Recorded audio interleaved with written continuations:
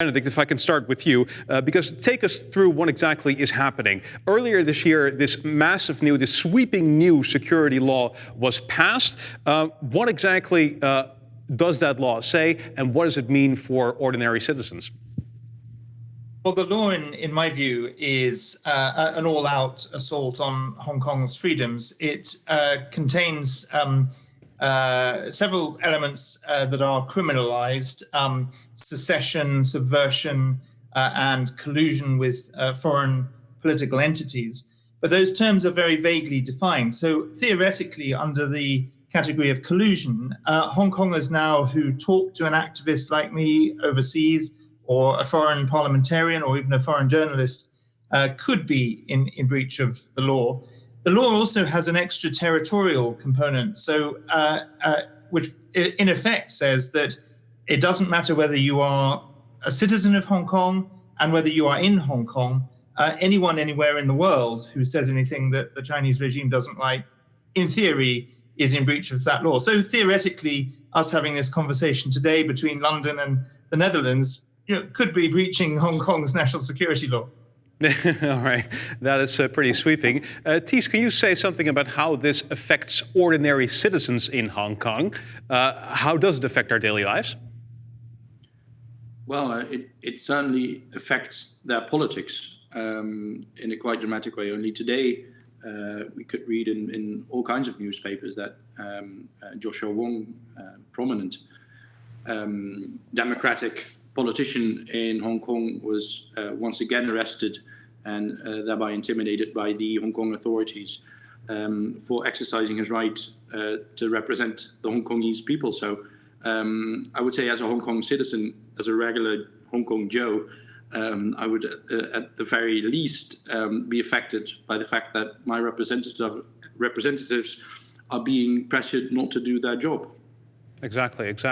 And it also means, I take it, that, for example, if somebody were to show their dissent with the Chinese government, they could be arrested and they could be jailed, correct?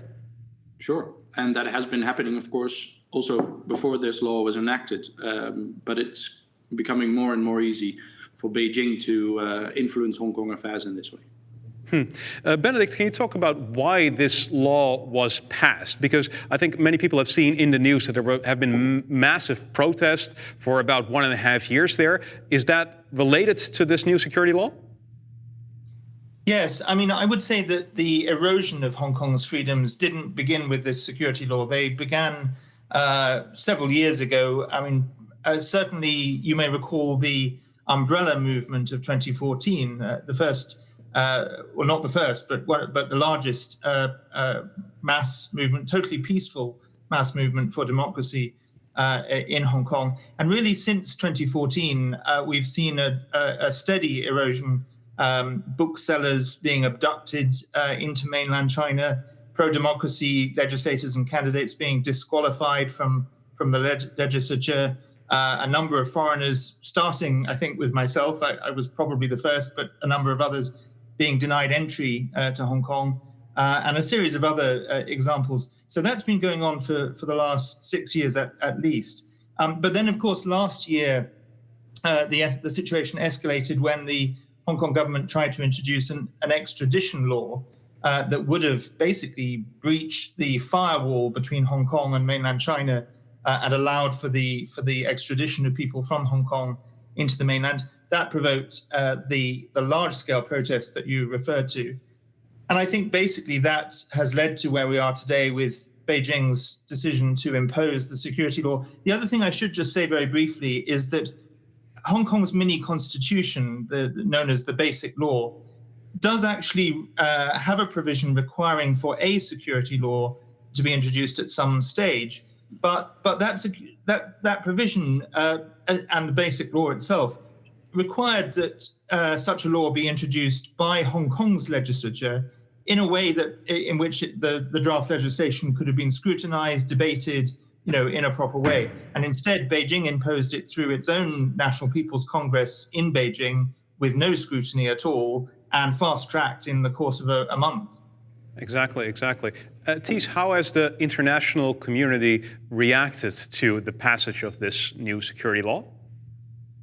Well, I guess with a mix, a rather bitter mix of some outrage and quite a lot of apathy, especially in Britain, I think, but Benedict can speak far more eloquently to that.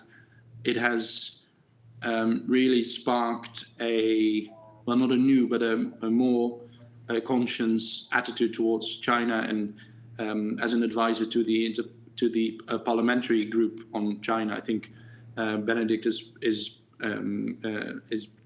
able to watch that closely. But then again, England or the UK has a very strong connection historic to Hong Kong. I think the reaction in many other, especially Western countries, has been quite disappointing.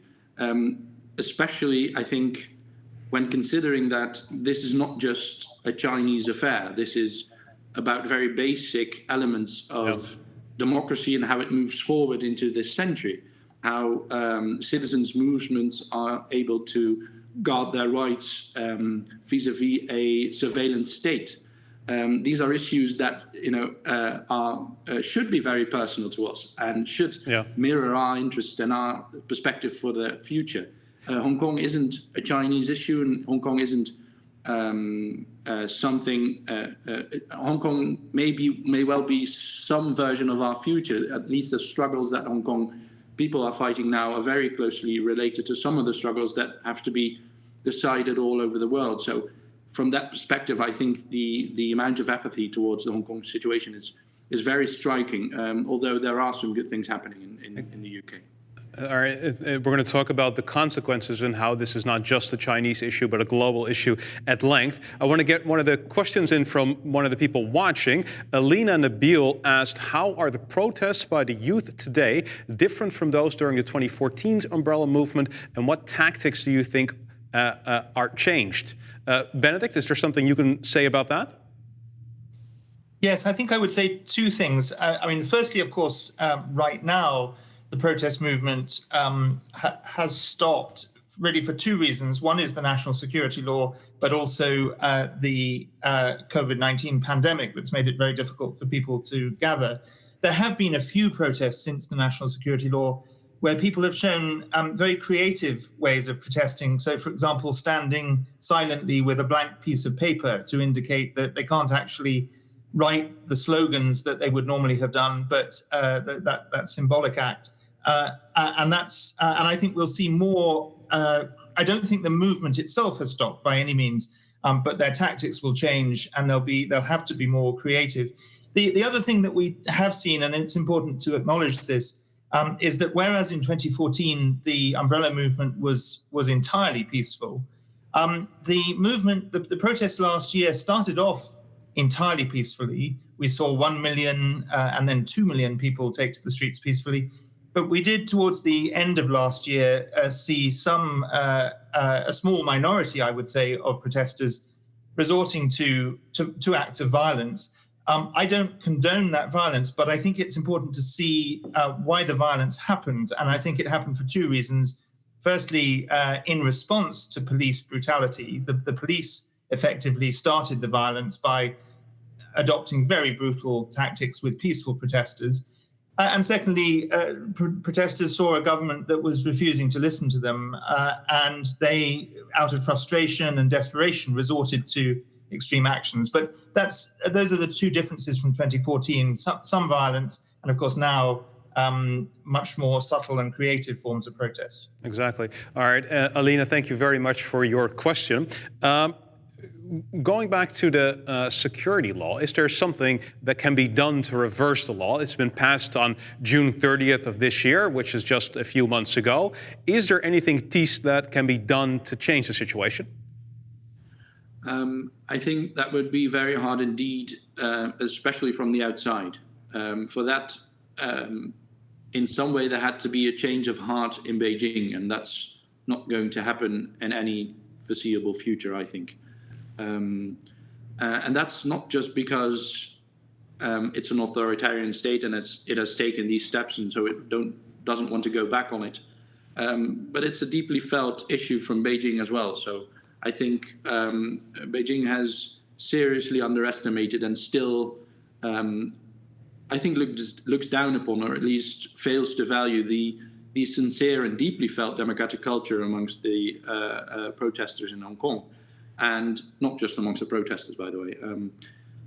And it is that clash of worldviews, I guess, and Beijing's unwillingness or unableness to recognize the fact that Hong Kong has a very significant and independent and sincere democratic culture that leads to this line, whatever happens. So I think Xi Jinping, especially, but no Chinese leader will from Beijing will in any foreseeable future pull back what it's done so far, unless, of course, it would be forced in some way by the international community. But just geopolitically speaking, I don't see that happening either.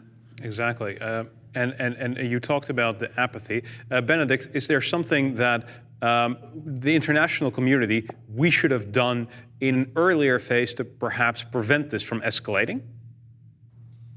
Yes, I think although the United Kingdom has, as has been said, has reacted very strongly since the passage of the security law, I would argue the UK's response to the overall Hong Kong question was very late in the day. I'm glad they've acted now, but I think if the UK and others had been speaking out more robustly over the last few years and really putting pressure on Beijing to desist from increasing repression, we might not be where we are today. I still think, I agree very much that I can't see the national security law being reversed, but I think that it is in all our interests for the international community to unite and make sure that those responsible for this law pay the highest price for the highest possible price for what they've done to this previously open city. So I think there should be targeted sanctions. I think there should be an effort to help those Hong Kongers who need to get out to have a place of sanctuary. The UK has done that in part, but other countries need to help with that. And I think there needs to be action at the United Nations and really a sort of global alliance of democracies, because as I think we've said several times already, this isn't a matter just for Hong Kong. This is actually a matter for freedom itself. And if Beijing gets the message that they can get away with what they've done in Hong Kong, then Taiwan will be next and we ourselves will be next. And I completely agree with Ben on the point that at the very least, Western countries and European countries should try to help and offer a place to speak their truths to the protesting Hong Kongers, and especially for the Netherlands. I mean, of course, the UK has this historic relationship, but I've seen Jonathan Israel in the program as well. I think he'll appear later this evening at the Nacht van de Dictatuur. I mean, just ask him. The Netherlands has always been a cesspool of dissidents, of free thinkers from totalitarian regimes. This isn't different from, the places Voltaire and others sought out. This is very much a thing for the Netherlands as well. And Ben, if I may ask you a question, have these last 6 years made you look differently look back on differently on the handover and the way that was handled by the British establishment at the time?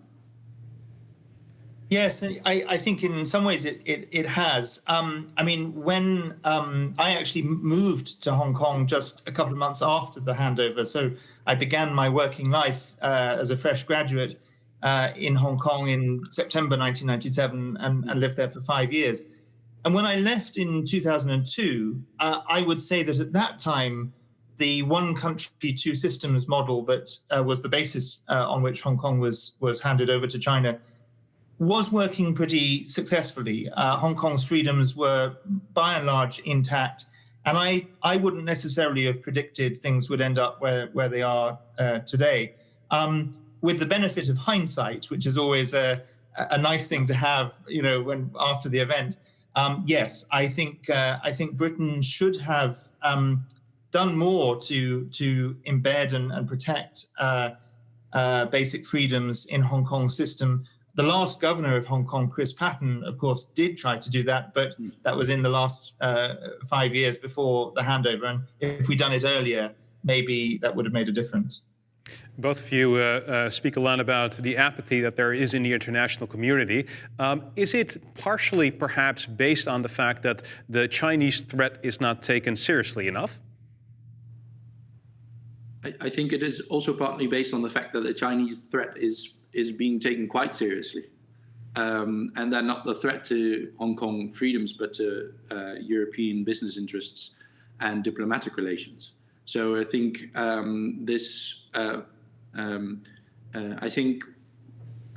especially in the early days or during the days of the handover, many people in the West and many leaders in the West would still have thought that China and so Hong Kong will inevitably democratize. So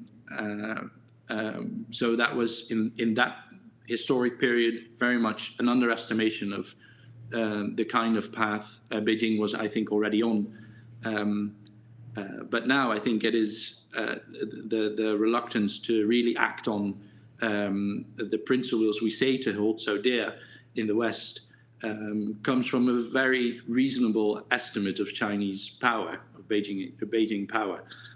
So I wouldn't say it is based on an underestimation of the Chinese threat. Exactly, and partially that power comes from their economic power. They can simply punish us economically. Yes, and not just economically anymore. I mean, it's a fully fledged superpower. Yeah. Many of the qualms we have about Chinese political culture and human rights violations lead to some moral outrage also in this country, but very rarely to a specific plan on how to influence Chinese affairs. And I think that was born out of ignorance and apathy and the fact that we thought China would end up on our side of history anyway. But now it comes from the fact that there's very little we can do. There are few instruments to actually influence Beijing politics. But that doesn't mean there's nothing we can do. And I think Benedict spoke very eloquently to that. I want to get another question in from one of our viewers. Cameron Greenfield asked in the Q&A, Hong Kong was a British colony up until the late 90s, and the British government was in charge for over 100 years. Now, under the rule of a Beijing, a government with opposite values, does, in your opinion, the British government have a responsibility to the citizens of Hong Kong to grant them asylum and citizenship if they no longer can live in safety under the rule of Beijing? Benedict, what will you answer? How would you answer that question? Yes, absolutely. Britain has both a moral responsibility given our history, but we also have particular responsibilities under the Sino-British Joint Declaration, which is an international treaty that formed the foundation for the handover. And what China has done this year is a flagrant breach of that international treaty. So I think Britain does have obligations. And to be fair to the British government, they are taking some pretty unprecedented and generous steps already to effectively offer a place in the UK for potentially up to 3 million British national overseas passport holders in Hong Kong, who are Hong Kongers who have this special passport that until now has been rather meaningless because it didn't give them any right of abode here. But now the British government has offered a pathway to citizenship for them should they need it. But I think the British government also needs to look at the young frontline activists who are under the age of 23, who were born since 1997, who don't qualify for British national overseas status.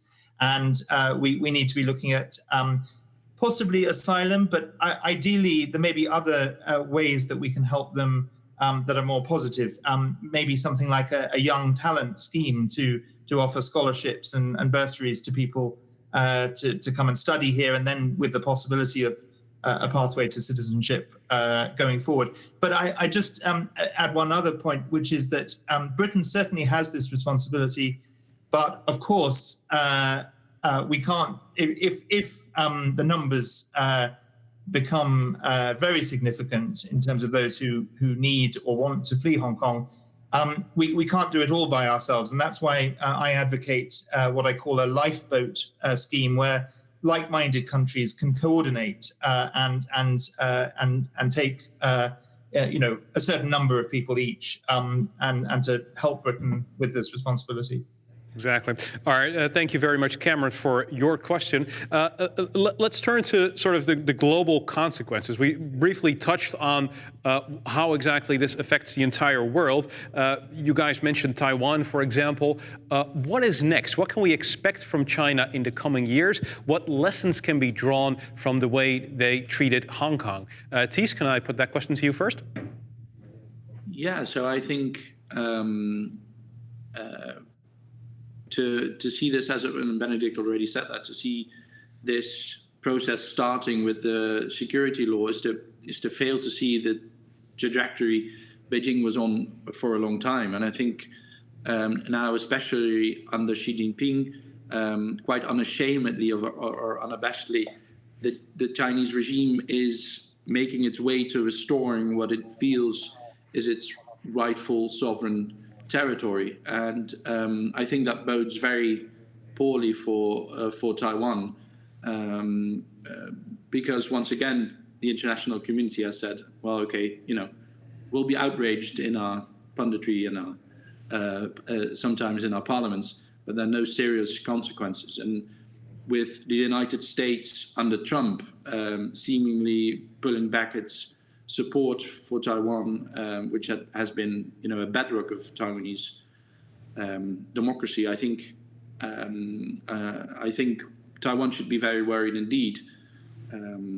But we shouldn't, in that sense, overestimate or exaggerate the global consequences of this, because within the Chinese mind or the Beijing leadership's mind, this is a matter of restoring Chinese territory. And it's adamant and ruthless and very ambitious in that sense, but it isn't part of a great scheme of undermining democracies worldwide. It may very well do that as well, but I don't think that's what Hong Kong will be about. It's not indicative of that, yeah. Now, then again, Hong Kong was an entry point for Western countries to China, not just economically or financially, but in terms of working together in a legal and judicial and, for instance, police way as well. So what Benedict says, this national security law, or this security law does have consequences for the way we interact with China, and indeed China is able to interact with us. So, for instance, the Netherlands should seriously reconsider its police cooperations with the Hong Kongese local government. So in that sense, it does have direct consequences for other countries as well. Yeah. Benedict, I was reading one of the articles that you wrote, and you said Hong Kong is the front line in a new Cold War between China and the Western world. When you think of a new Cold War, that sounds pretty drastic. Can you explain what you mean by that? Yes, and I use the phrase very reluctantly. I'm not advocating a Cold War. I don't want one, but I think Beijing itself has effectively started one, and what I really mean by it is a clash of values. It's a struggle between the values of freedom and open societies against increasingly repressive, authoritarian, Orwellian surveillance state that is not just increasing its repression within its own borders, but becoming more and more aggressive well beyond its borders. And I think that there's only one approach that we can take if we want to defend our values of freedom, both for those on the front lines in Hong Kong and Taiwan, but also for ourselves. And that's to stand up to China. I mean, I agree with some of the points made earlier about the challenges in doing so, and that China is a superpower and its economic influence is significant. But I think that if the free world stands together and ideally forms a stronger, more formal alliance of democracies, not just among Western countries, but with some of our allies in the region, Japan, Korea, and others, and really stands with, for example, Taiwan, and sends Beijing a message that we're not prepared to kowtow any longer. We're going to stand up for our values. Actually, that's the way to stand up to any bully. That's the way to deal with any bully is to stand up to them. And so I really welcome some of the steps that have already been taken, such as the Czech delegation that went to Taiwan recently, a senior US official also in Taiwan. I think we need to be careful that we're not overly provocative. We don't want to provoke a conflict that hopefully we can prevent. But I think we do need to have more courage and stand up for our values. Yeah, and I think, not to put words in your mouth, but I would say the nuance lies in the fact that we should acknowledge that there's very little we can do to change Beijing, but there's plenty and a lot more than we're doing that we can do to defend the democratic order as it is. So we may not be able to propagate it or to change Beijing into, an exemplar of democracy, as we would have thought we might do a couple of years back. But we're very able to stand up to interference in democratic processes in the West and in other countries around the world, and in Taiwan as well. I think we're joined by someone who may not... Yes, I think we're joined by somebody who might actually be here by mistake. We're very happy to have you. We're in the middle of a panel discussion about Hong Kong. I think I'm by mistake. I'm sorry. Yeah, no problem. That's not at all an issue. All right. Thank you very much. We might need to do some. We're trying to fix the problems here. Let me, meanwhile, ask a question that is being asked by somebody in the Q&A. It's asked by Sultan Amin Abbasi, who says, is the debate about Hong Kong being given too much coverage rather than the egregious human rights abuses against minorities in Tibet and Xinjiang? Is there anybody who has a strong opinion on that? Benedict? Well, I very much understand and share the perhaps the sentiment behind the question, in that absolutely what's happening to the Uyghurs and in Tibet is extremely egregious.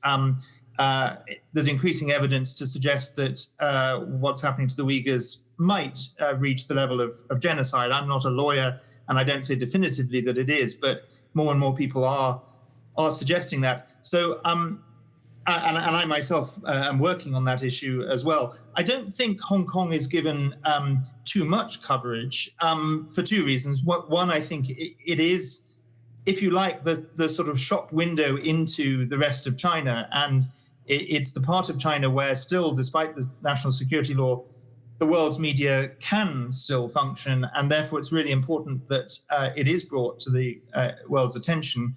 But of course, much more attention is also needed on the Uyghur and Tibetan situations, and I think is beginning to happen. There's been much more coverage of the Uyghur situation this year than in the last few years. So I think it's improving, but we of course need to do more.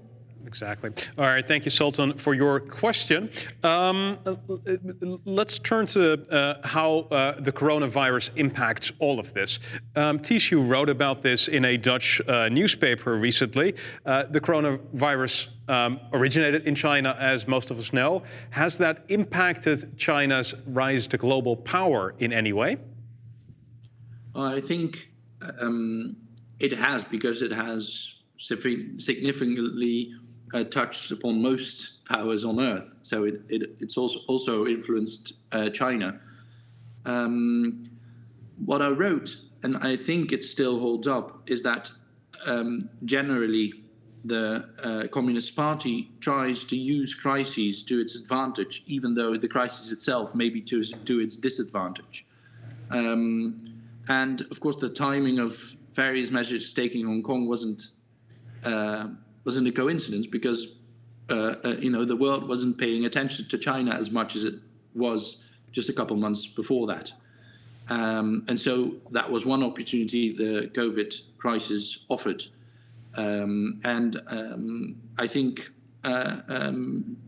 so. I think my thesis is that in the end, the coronavirus may well help the Chinese state to gain more influence on the international stage holds up. Although, of course, we should acknowledge that. Hi, Vincent.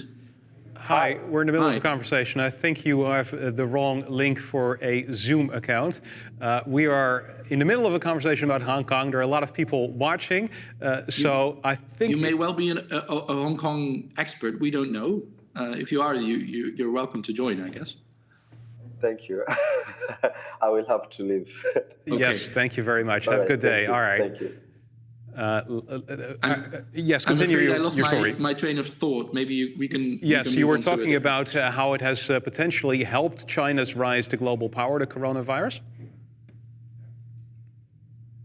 Right. So to sum up, I think it helped China move forward in Hong Kong because of the relative loss of coverage in other countries. Although I think it was going to do it anyway. And it has helped China to develop the high-tech surveillance state it is building even more quickly. So I think it has allowed Beijing to tighten its grip on Chinese society. I think in a strange way, it has helped Chinese soft power. Many people think it has hurt China's image, and in a way it has, because of course China's handled the pandemic, especially in the start, very poorly indeed. Yeah. But then again, it has made quite a lot of headway in shining by comparison with the way Trump has handled it. And I think in that specific dynamic, in claiming to be a superpower that gets stuff done, to put it very Trumpian, it has gained quite some freeway. Exactly. Speaking of Trump, Benedict, Trump has taken a hardline approach to China. Would you say that he specifically cares much about Hong Kong? Has he been effective in his approach to China, would you say? Well, it's always difficult to try and look into the soul of any politician, especially Donald Trump. But what I would say is that I was in a webinar a few days ago, and one of the other speakers was the U.S. Secretary of State Mike Pompeo's China advisor, Miles Yu. And he said, now, of course, he's speaking for the administration, but he said that Trump was prepared to sacrifice the trade deal because of the Hong Kong situation, and that he acted to put sanctions on Hong Kong officials and to lose that trade deal that he was so eager to secure. And he was only prepared to do that because of Hong Kong. Now, if that's true, that's very encouraging to me.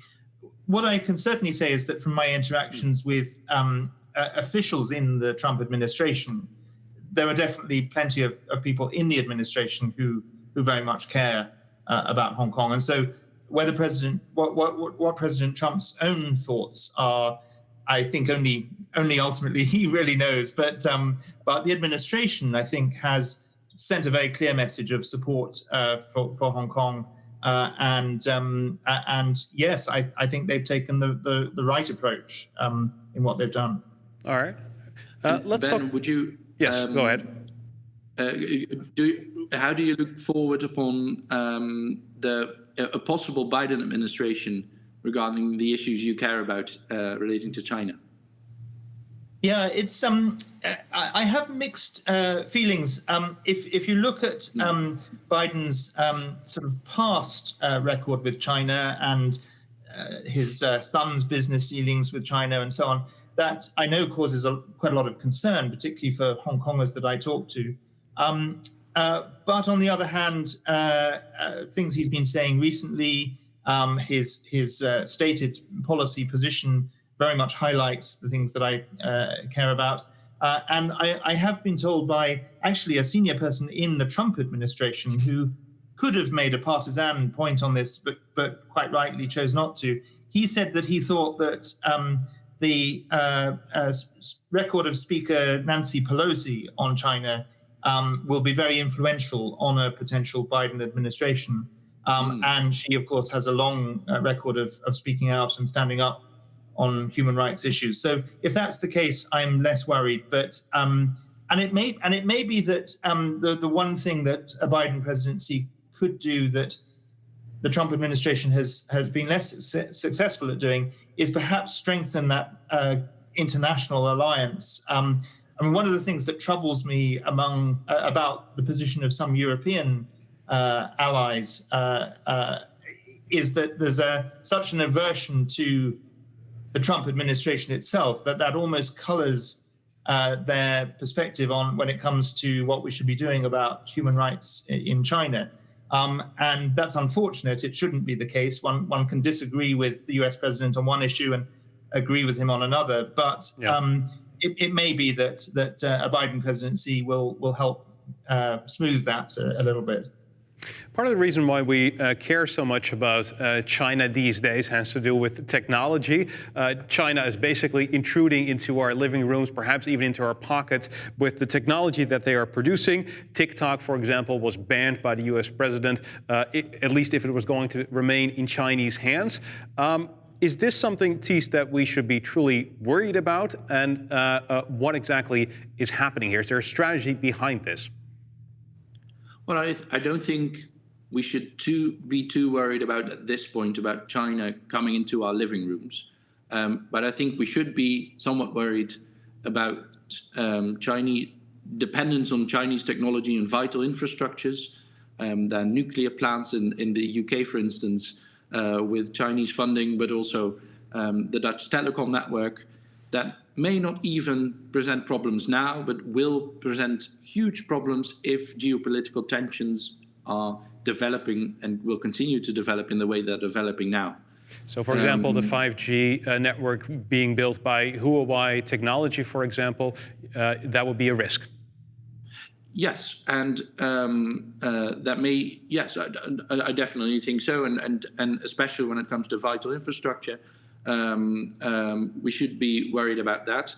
But that's, I think, only the first step. So for China, this is part of a plan to dominate what it sees as the 10 most important high-tech industries of the coming decades. It very clearly does that from not just commercial interests, but certainly from a geostrategic point of view. It wants to become, in a way, independent or invulnerable for Western influence through technology. And from that defensive viewpoint, it actually can become quite offensive and create dependencies in other countries and in Western Europe as well. So I think it should not just spur us to sit around in our living rooms, turning the lights off, being afraid that China's invading our lamps and boilers and I don't know what.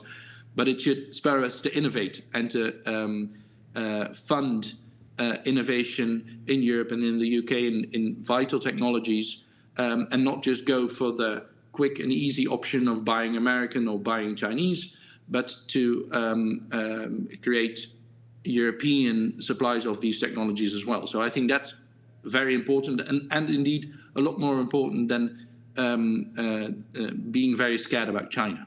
I think if anything, the Chinese state teaches us to be proactive and strategic.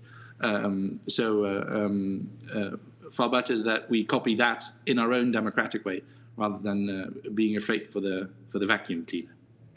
All right, clear. Let's take a look as we sort of are starting to wrap up. We have just a few minutes left. If we look to the future, what are some things we need to keep our eyes on when it comes to China? What is really important to you? What perhaps worries you the most in the relations that we have with China? Let me pose that question to you first, Benedict. Well, I think I would say two particular points. The first, building on what Thies has just said, is not just when it comes to technology, but actually in all the sectors where currently we are so dependent on China. We need real diversification. We need to end our strategic dependency diversify our supply chains. So whether that's with pharmaceuticals or the production of face masks or whatever it might be, I think a big mistake has been to put all our eggs in one basket with China. And there's so many other markets where we should be increasing trade. That doesn't mean we stop business with China, but we should certainly diversify it. But I think the second key point is to watch very closely how China behaves towards Taiwan and also the tensions in the South China Seas. And I think we need to send a very clear message to Beijing that we will not stand by if they do something drastic with Taiwan, that we should. I don't advocate changing the diplomatic status of Taiwan, because that would be a very provocative act. But I think stopping short of that, we should do everything we can to signal both to Beijing and to Taipei that we regard Taiwan as part of the free world, and that we stand with them. And actually, I think we should have more ministerial visits to Taiwan. We should engage more with their elected president. Taiwan, incidentally, of course, has handled the COVID-19 pandemic in a really impressive way, and we should learn from that. So I think we should strengthen relations with Taiwan and make it clear that we're prepared to stand with them. I hope that would be enough to prevent a conflict, but in the event of a conflict, we need to be prepared to act. Otherwise, we will be next. Exactly. Ties, the final word here in this conversation goes to you. What worries you the most? I think so far the inability to tell a fresh and worldly story about the future of democracy. I think what's creeping is this myth of decay, this belief that because Western power is declining relatively, the ideal of the open society and of democracy is fading as well. And I think that worries me the most. I think if there's anything Europe should call for is a new belief in innovating democracy and offering a vision of progress on that point, and telling a very compelling story for the new middle classes in Africa and Southeast Asia and all around the world that are popping up and growing, that actually the China model isn't the best, but nurturing democracy and basic freedoms is. So I think making a compelling story about democracy and so far the failure of Western leaders to really envision that is what worries me the most and keeps me up, not at night, I have small children, but it keeps me busy during the day. All right, thank you very much for that thought. Very nice to have both of you here today. Also nice to have a sort of a look into your houses. Ties, you have a very nice living room. It's very cleaned up and some nice decorations there. Benedict, you have a very large CD collection. I can only assume that there's some good music there. What kind of CDs are behind you? Is there any good music there? Gosh, there is a lot, and it's a whole mix. I have a range of tastes from classical to modern to jazz, so it's quite a mixture. Well, we enjoyed getting a peek in your home. We also enjoyed spending this time with you here in the Nacht van de Dictatuur. Thank you to both of you for joining us here today. I want to thank every one of our viewers for joining us as well. Thank you very much for sending in your questions. We apologize for not being able to get to all of them, but we do appreciate you sending them in. There's going to be a 15-minute break in this space, and afterwards there is going to be another event here, which is going to be COVID-19 and its impact on LGBTI+ communities. That will be here in 15 minutes. Thank you so much for joining us, and have a good evening.